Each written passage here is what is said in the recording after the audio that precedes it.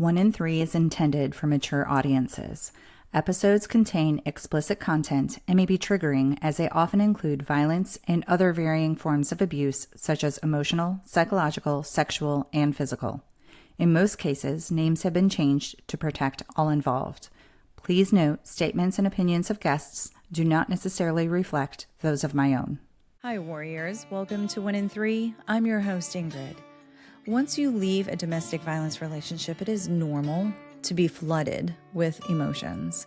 And when you add kids into the mix, things can feel overwhelming. As you work on your own healing, learning to process and manage your emotions, you're also faced with understanding your children's behavior, helping them process their feelings too. Joining me today to guide us through this is Jay, family and child counselor, art therapist, and founder of Happy Souls Kids. Hi, Jay. Thank you so much for joining me. Thanks so much for having me, Ingrid. It's nice to see you. I'm in Australia and you're over the other side of the world. Yes, and I'm warm and maybe not quite so hot anymore, and you're cold, starting to warm up, right? No. We are on the borderline of doing the happy dance, so we're getting our summer back, and I think that gives everyone a little spring in their step, but we're not quite there yet. Yeah. And here we kind of go from summer straight to winter. We'll have a little taste right now. We're having a little taste of fall, but then it'll go back to summer in just a minute, and then it will be cold all of a sudden. It's just really strange here.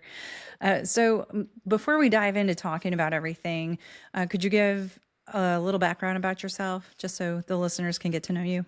Yeah, so my background's actually in events and PR. I worked with some really big projects, but I was always that kind of person that people would come to with their feelings and emotions because I've always been good at holding space for people. And in 2019, 2020, we separated. My son started school and it was COVID all at the same time. And he was not okay. He was throwing bins around the house. He was running up the street. His emotions were so well beyond anything I could support at the time.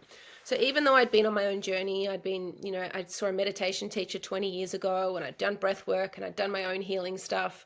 When it comes to children, it was just a complete and utterly different language. So I had to really research what I could to support my own child. And so that's what I did. I researched and we started drawing big circles and I'd ask him to put the face in how he was feeling. Because if I said to him, how you feeling? He'd be like, good. Because when you're 5 years old, you don't know what emotion is. Like everything's just big. And we'd always read emotion books, etc. But I'd never related the actual book feeling to how he was feeling. And so that was what we started doing. We started really connecting and talking about how we're feeling. And that was a really hard time in our life. Like it was COVID. We were stuck in a house. We'd separated, so the entire dynamic of the household had changed. And my poor little guy was just, he was just not okay. Then we had to sell our house and move. And then we moved down to Torquay, which is the surfing capital of Australia. And it was just our element to heal. Like we both needed to heal. Both of us had these big feelings and emotions and all of this stuff coming up. And that's what we did. We moved down to the beach and it was hard, Ingrid, for years and years with my child. There's been so many layers to my separation, which have been so tough. He's really copped it. And my poor little guys had to go through so much. And then during COVID, I saw that kids couldn't gain access to psychologists. There was a 6 to 12 month wait. And everything I was doing, which is, Ingrid, how it is today, like there's still a 6 to 12 month wait for kids. And everything that I was doing with my own child, I knew that I could be of service. So, yeah, I studied. I had a private practice in Torquay for 4 years, and I really worked with parents and children. I mean, I'd been on a healing journey for 20 years, so I'd implement all of those things that I'd learned with parents, with children. And when I'm like all in. So, when I want to learn, I will learn as much as I possibly can. And so during COVID, while everyone else was doing whatever they were doing, I was studying and building a life for me and my son. And yeah, there were some big moments with him, but then, yeah, it was just beautiful because I had a home practice. So all of the modalities that I use in practice, I had available to my own child at home. And he was able to use sand trays and slime and all of these things.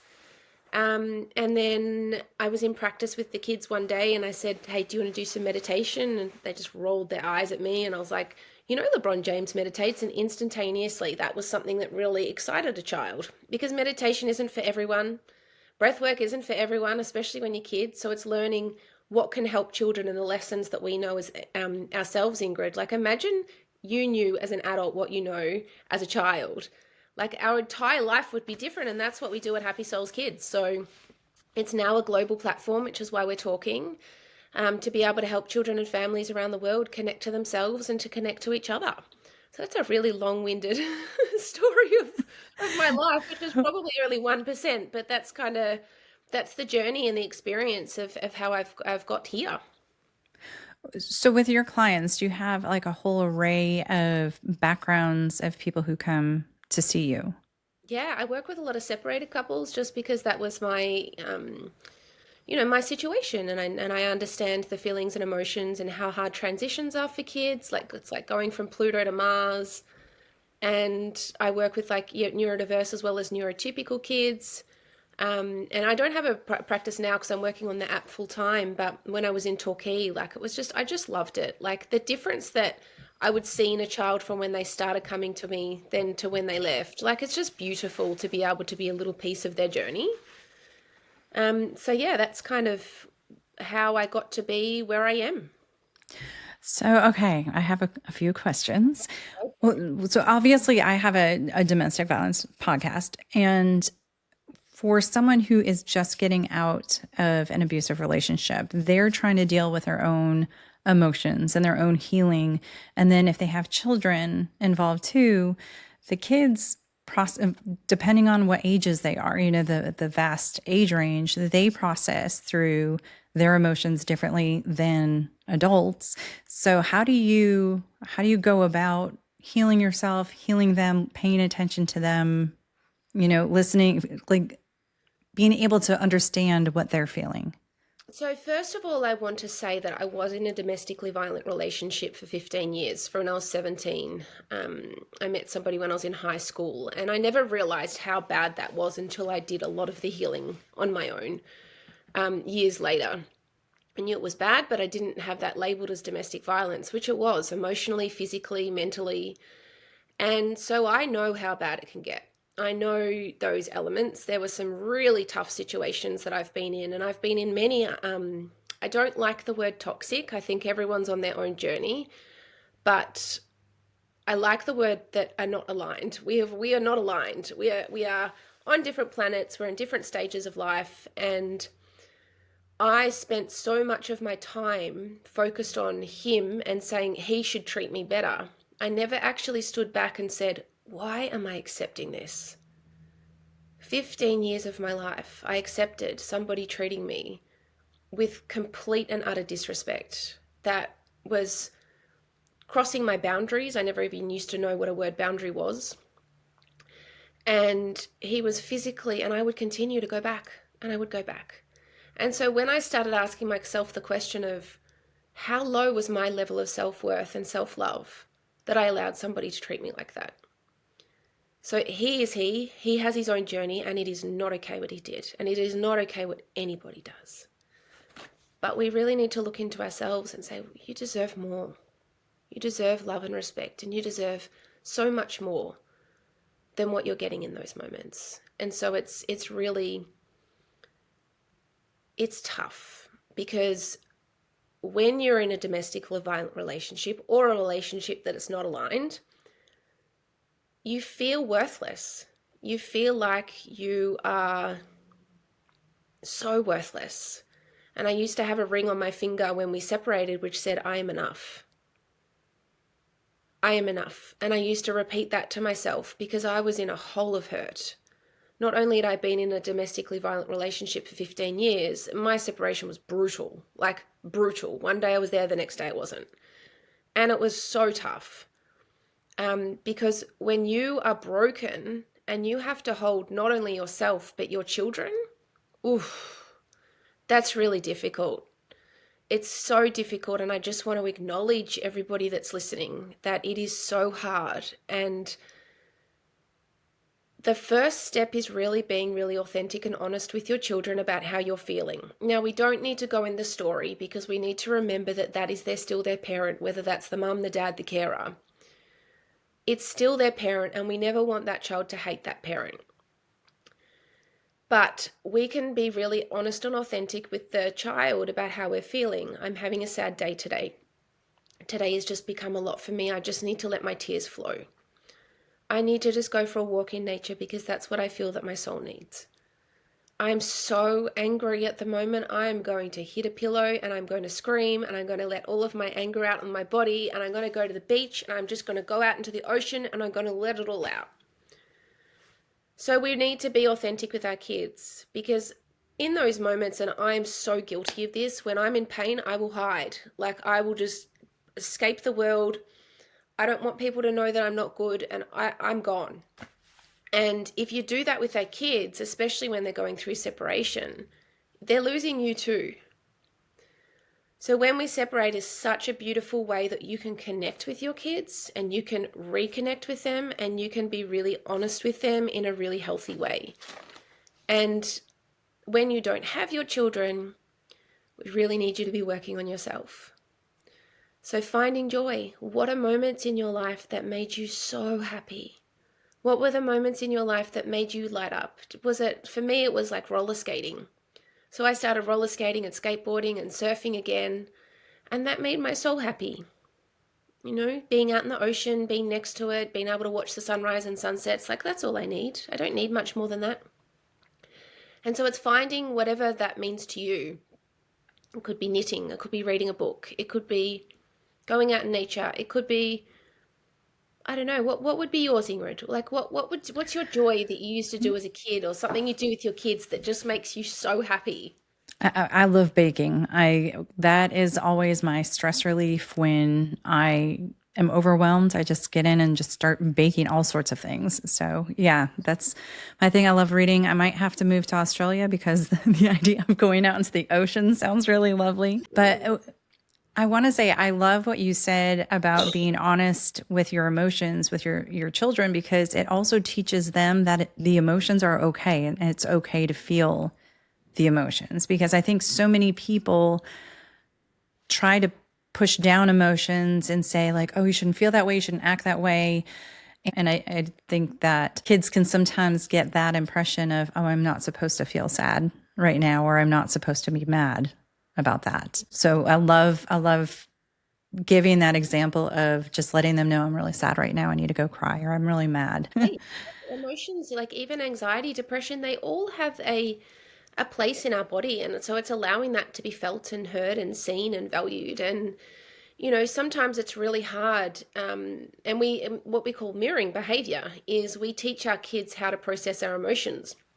When my son was 8, he's now 11, he would use, and he still does, he said to me, Mummy, you're grumpy, you need to go for a run.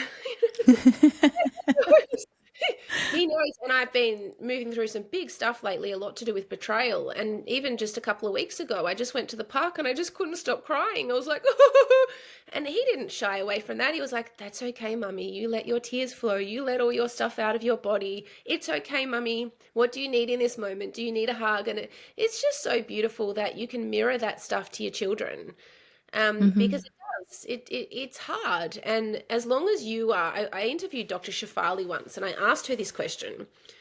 And I said, what if you're in a relationship and you see things so differently? Like, you're very conscious and aware and you love emotions and feelings, but what if the other party doesn't? And she said, as long as we've got one conscious parent teaching children about emotions and feelings, that's okay. We can't change the other party. We can't change their trajectory. We can't change their purpose and how they live in their life. But we can just teach kids about how that feeling's okay. And so my son, we've recently moved back to Melbourne from Torquay, and my dad and him have become like best friends, and it's so cute. And he teaches my dad, who's like the biggest eat concrete harden up, it's just a hard man. And my son will say, it's okay to cry, Granddad. What's wrong with crying? You know, and I think that through all of this, we also get to teach our next generation that the old ways of feelings and being eat concrete, harden up, you'll be right, get over it, stop crying. It doesn't work anymore with our kids. They need us to show up in a better way. And that first means that we need to show up for a better way for ourselves too.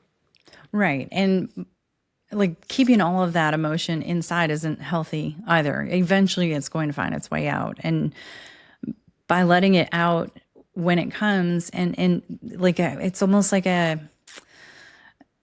It's not such a big volcano of an explosion of like if you're upset, you go punch a pillow and scream. It's not losing your mind on your kids.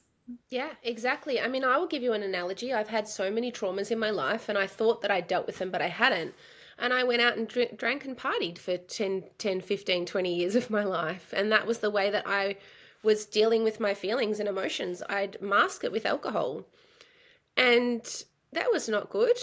And so when my son was 18 months, I decided that I wanted to be a different human and I wanted to be the best mum that I could be to him. So it's been almost 10 years and I haven't drank.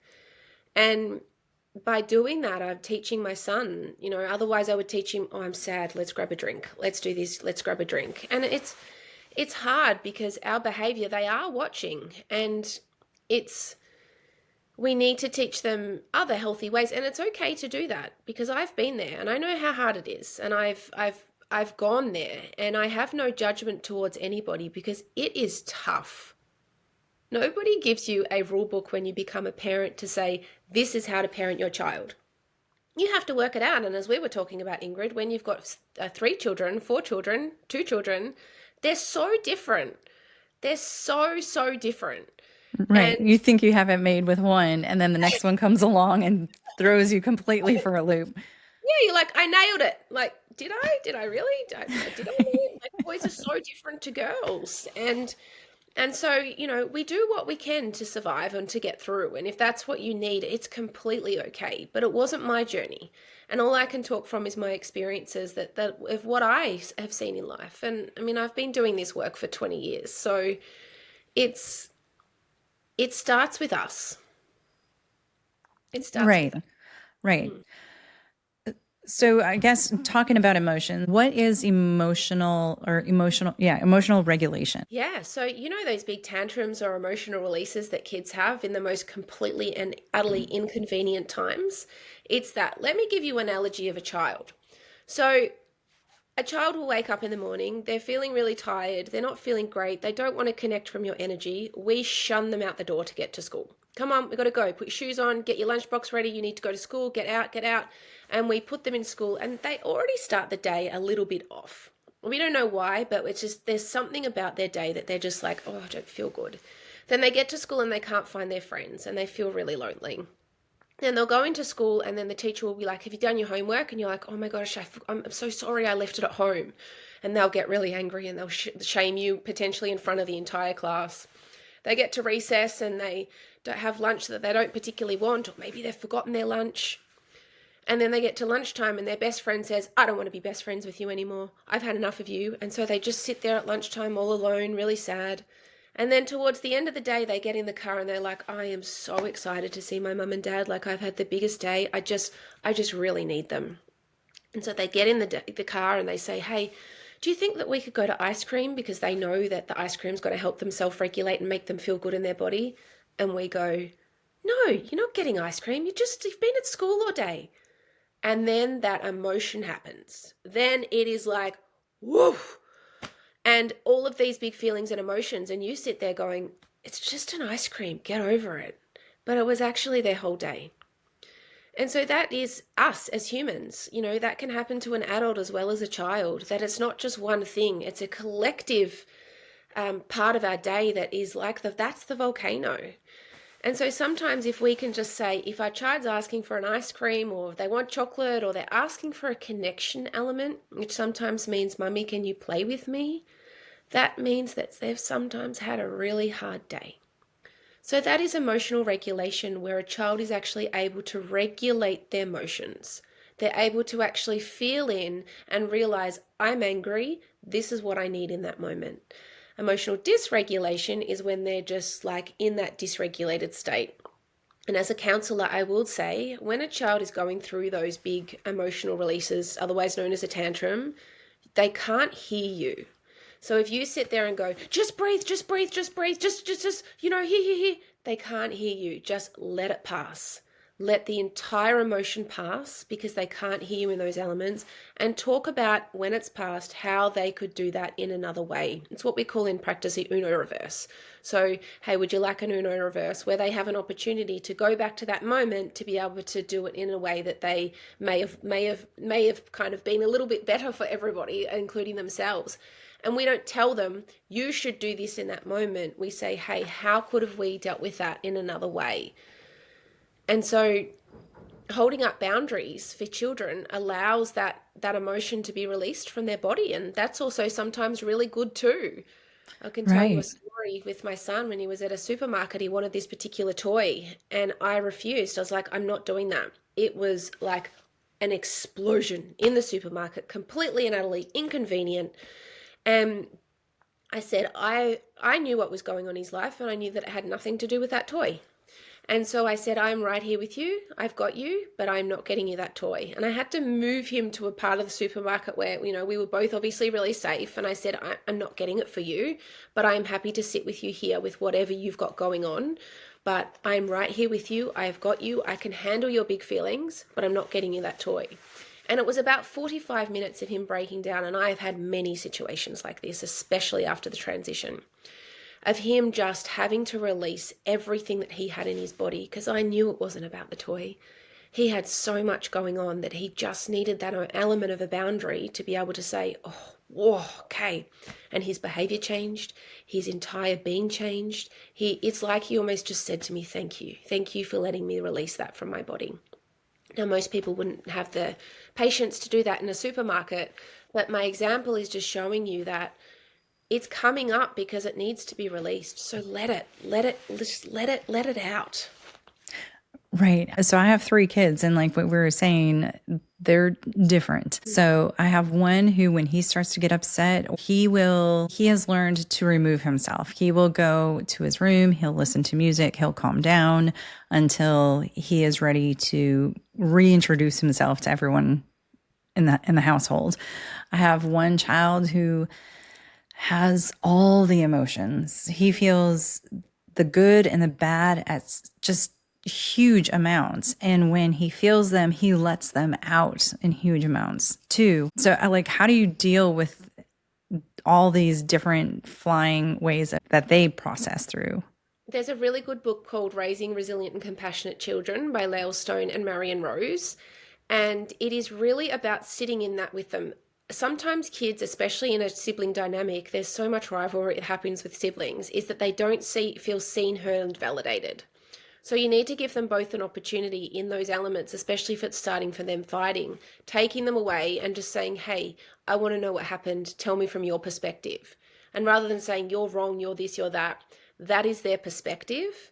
And so often it just means just helping them feel seen. Because when you're seen, Ingrid, when you're like someone truly sees you for who you are, like it feels really nice. And that's your parents. And so it's having spaces within the household as well that is like a calm corner. So having slime and a sand tray and having books and having, whatever works for them, like whether that's even a boxing bag is sometimes really good to have in the house, or even a what's it called? A bean bag. Is having different modalities for them to be able to release their feelings and saying, we don't want you to hold your feelings in. Because sometimes the one that's letting it out is actually letting it out in their body. The one that goes out and reads keeps it in their body. So it's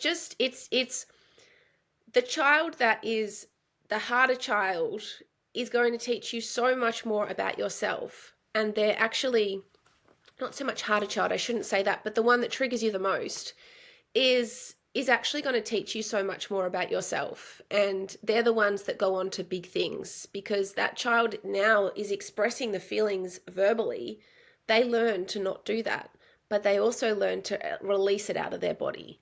So if we can look at things from a different perspective and actually say, wow, my child is just releasing out of their body what they need to, it really helps us reframe it in a way that is really healthy. So it's just having that conversation, and in the moments when it happens, just say, hey, you got some big stuff going on. That's okay. What do you need? What do you need? Do you want to go for a walk together? Do you want to drive somewhere together? Do you need me? Do you need to talk about it? And it's actually asking what the child needs in those moments. Yeah, and I think another thing with in those moments, it's important if there is a disciplinary action or a discussion that needs to come. Probably not the best time when they're having that big emotional It's not. release. Like when somebody says to you, calm down, and you're just like, and you're like a beast. There's this really great book that I have called The Red Beast. And I love this book. I work with it, children in practice, and then we make a red beast and we get like air dried clay and we make a red beast, and or we draw it on a piece of paper. And we've all got a red beast that comes out, even parents. All of Hmm. us have something inside that's just like, whoa. And so it's teaching kids and normalizing and saying, that's okay. Your red beast came out. That's okay. And so the softer we can be with it, the better, to let a child understand that, there's a lot there. And perhaps when they're calm, that would be a great time to figure out, like, hey, when you feel like that, what do you want me to do? Do you want to go somewhere? Do you want to do something? Do you want me to Yeah, get you a punching bag? yeah. They're the elements when a child is regulated, not dysregulated, that's when we have those deep conversations. Hey, that was really big. What do you think could have helped you in those moments? Is there anything you need? I spoke to a therapist on the weekend and they said that, maybe getting some slime or getting a sand tray or even doing like shaving cream, can help you with the regulation. So it's creating that together and then giving the child control.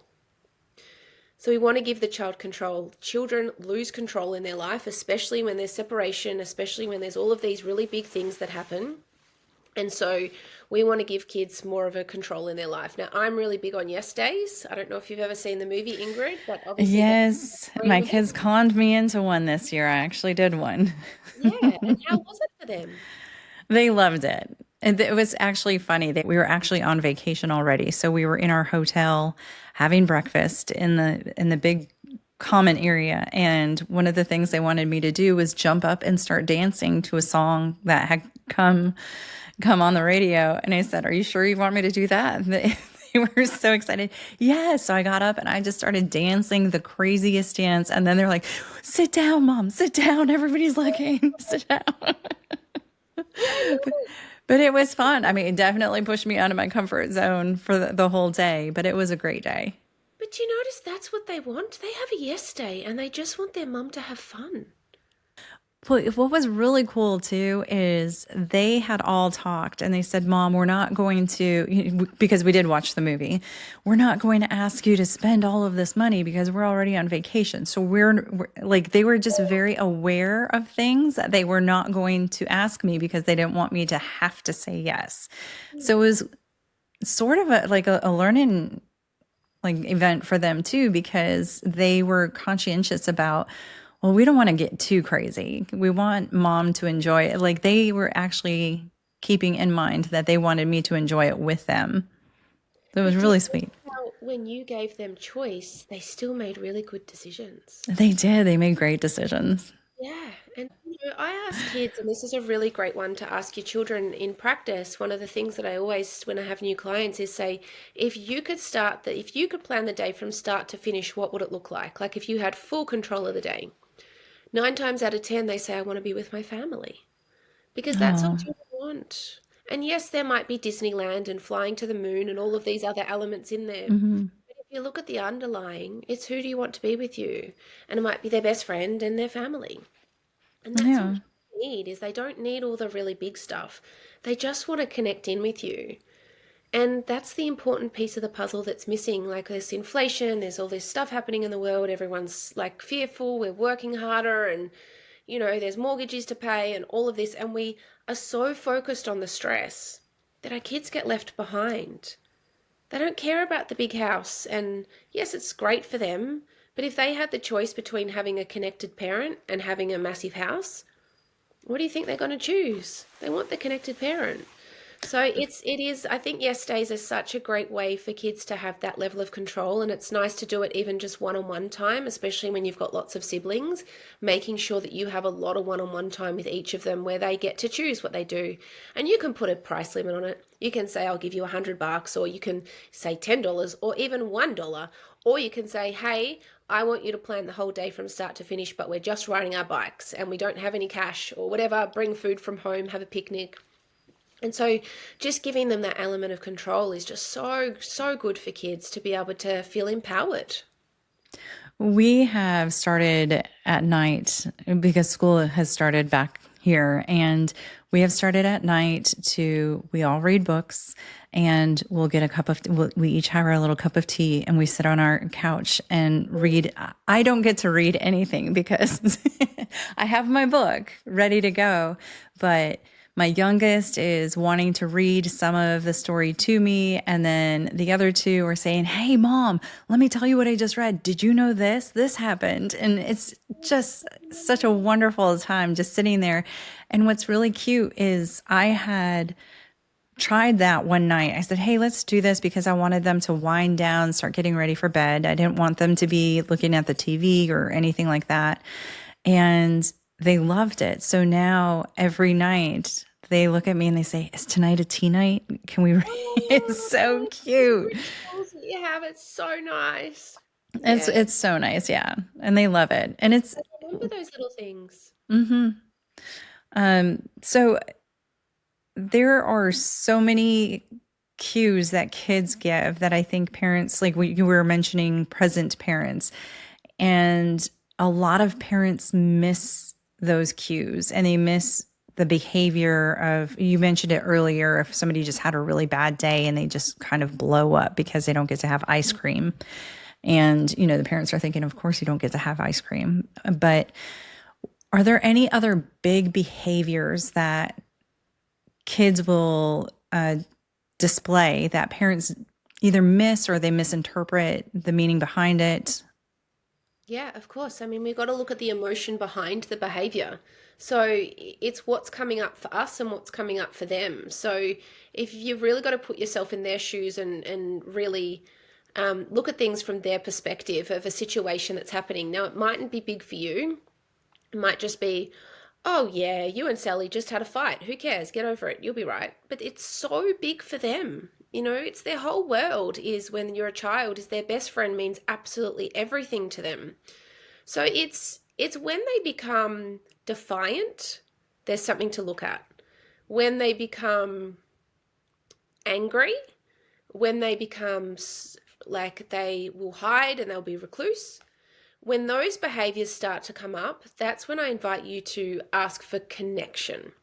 Now, the connection doesn't always look like what you want it to look like. Like I know as parents, we're like, hey, let's go for a walk.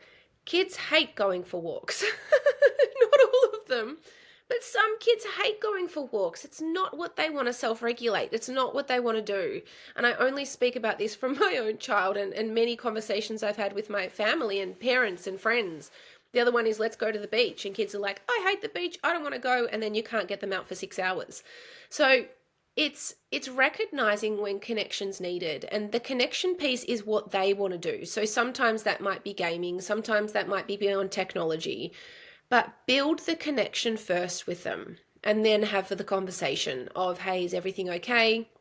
You'd be really surprised what comes out of kids' minds and what comes out of them when they're really honest. And but parents hate it when I say this, but it's before bed that's where they want to connect the most. So it's not after school. We'll be like, hey, how's your day? And they're like, good. I don't want to talk about it. I've had a big day. I just need some peace. And so when they go to sleep, when we are absolutely cooked and we just want them to go to bed, that's when they start to open up. And we're like, oh, I can't deal with this right now. I need to go to sleep. But that's not what children need in those moments. They need that connection piece. So recognizing what it is that they need, and sometimes before bed, if they're finding it hard to sleep, actually ask the question, what is it that you're needing right now? It could be having a wrestling game and you get them to win, or maybe it's like they have extra energy in their body and they need to run around the house or run around the block. So it's inviting kids in to really get them to ask themselves how they're feeling is really important, because the behaviors, such as the emptying of dishwasher or the house stuff, which is always comes up. Parents will say, well, they won't do this. I'm like, I know, but make it a game. Just put it on. How quickly can you empty the dishwasher? Let's put a timer on today. Or, hey, we're going to do this together. Or, make everything into a game, because I've studied play therapy. It's play that's a children's language, and we try to talk to them in adult language. And I also will say there's so many 12-year-olds that I will look after, and they just want to go back into their childlike state. We're like, well, they should be adults and they should know better and they should be responsible, when they just want to be kids again. They don't want the responsibility all the time. Sometimes they just want to be nurtured and loved by you. And it's going into that baby like state where, especially if you've got two siblings, they like that baby state, because guess what? The older one didn't have anyone around her for 2 years, and they loved that. They loved just being the only one that got all Mm-hmm. the attention. And then the other one comes along, and then there's resentment, and then the kids fight, and there's just so much going on. So it's actually having the conversation of, hey, I just want to spend some time with you today. I want to connect to you today, and making sure that the children are seen, heard, and validated for who they are. Because we need to really look at the emotion that's coming up for kids, and that really shows you what the behavior is, but then that invites connection. Often when we are finding our children very challenging, we go like this. So I actually ask you to bring them in. So do the Mm-hmm. opposite. Just bring them in and be like, hey, let's, maybe if there needs to be um, rewards and punishments, etc., if that's what you want to do, talk about it after. Have the connection first. One thing I've learned is with three kids, they never get individualized attention, especially when it's just me in the house. And so we started doing it's only 5 minutes, but it's so hard to do more than 5 minutes. But we do a 5 minute check in where each child gets to go into the whatever room, a room with a door so that the other two can't come in. And we'll just go in there. I set my alarm for 5 minutes and they have the floor. They get to talk about whatever they want to talk about. Sometimes they're just like, I just want to sit in the room with you, mom, for 5 minutes.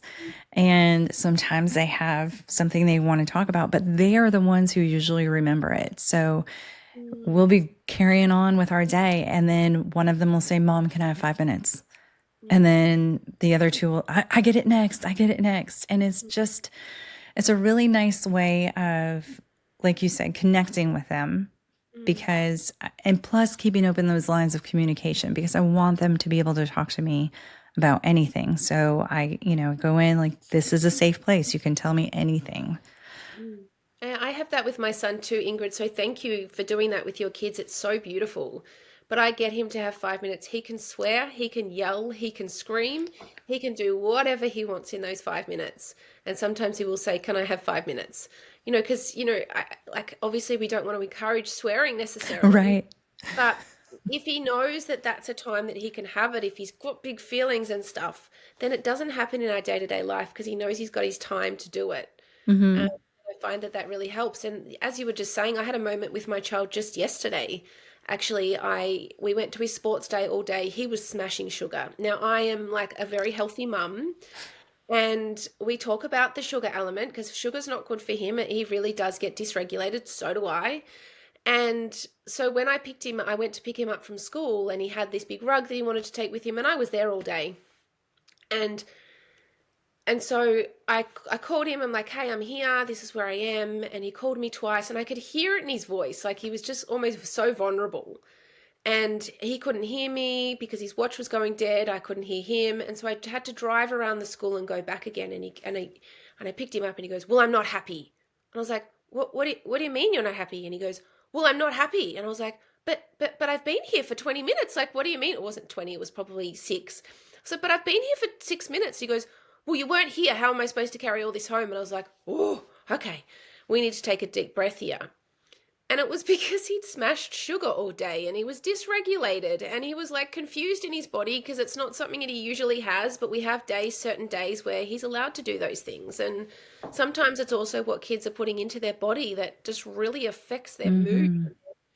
their humanness. So it's like Halloween, it's a disaster the next day. It's an absolute disaster. Mm-hmm. They've smashed all this sugar and they've gone out and they've had fun and whatever it might be. But we just need to really get to the bottom of what's going on with them and have compassion. And the more we can show up for compassion, because I got out of the car, went to the school, came back, and he was in tears. And I was like, "You okay?"